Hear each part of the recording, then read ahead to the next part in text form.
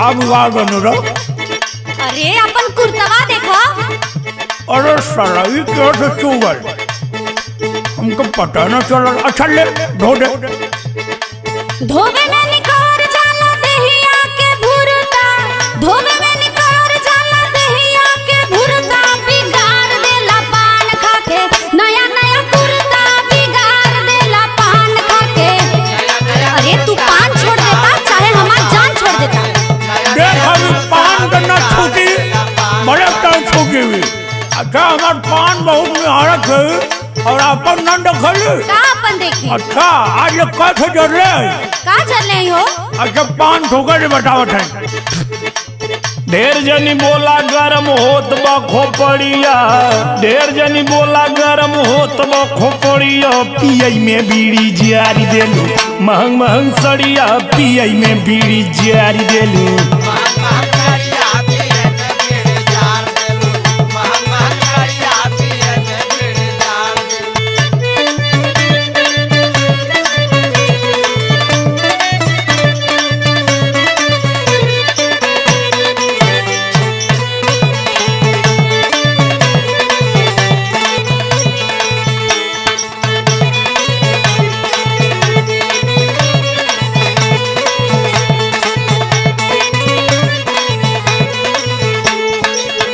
ढेर मेहना मारत है तो हम मेहना मारे बहुत उतारू हो गई ना तो समझ जेबी।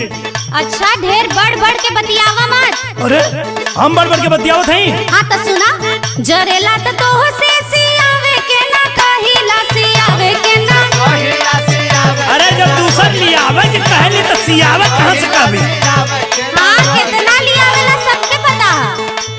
आन के भरोसे नाही तोहरा नियन रहिला। अरे तू अपने के आन समझत है, हम तो क्या अपन जान मानीला। अरे तू का मानेला हमरा के पता बा। तोहसे कबो कुछ कहले रहती तो तोहर सुनती। जरेला तो तोह से सियावे के ना, कहिला आन के भरोसे नाही तोहरा नियन रहिला। एक बेरी धोवे में तू खुद हुची गुरता, एक बेरी धोवे में तू खुद हुची गुरता, बिगाड़ देला पान खाके नया नया कुर्ता, बिगाड़ देला पान खाके। अब अगर कुर्ता खुदा धोवे के पड़ा तो बियाह कैले कौन फायदा रे? अच्छा कुर्ता धोवे खातिर बियाह कैले हो का? नहीं अब बताई। अरे तब आईबू लगवा तब न पता चली। हवा तोहार क्रिया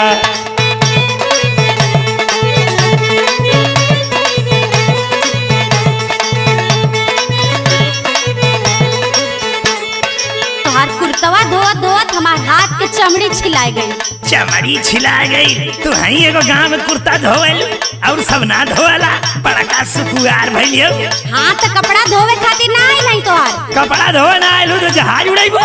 सब धोवे कपड़ा अकेले तू ही रोवेलू, अकेले तू ही। तोहरे माटी में सब पान थूक के ना लियावेला रोज कपड़ा।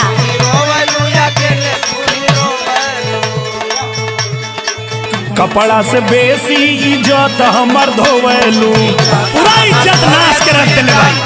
हाँ तू कितना बड़का इज्जतदार हुआ मालूम हमको। अब तो के ना लगे था कि ढेर बोलत है हैं? सब धोवे कपड़ा अकेले तू ही रोवेलू, कपड़ा से बेसी इज्जत हमर धोवेलू।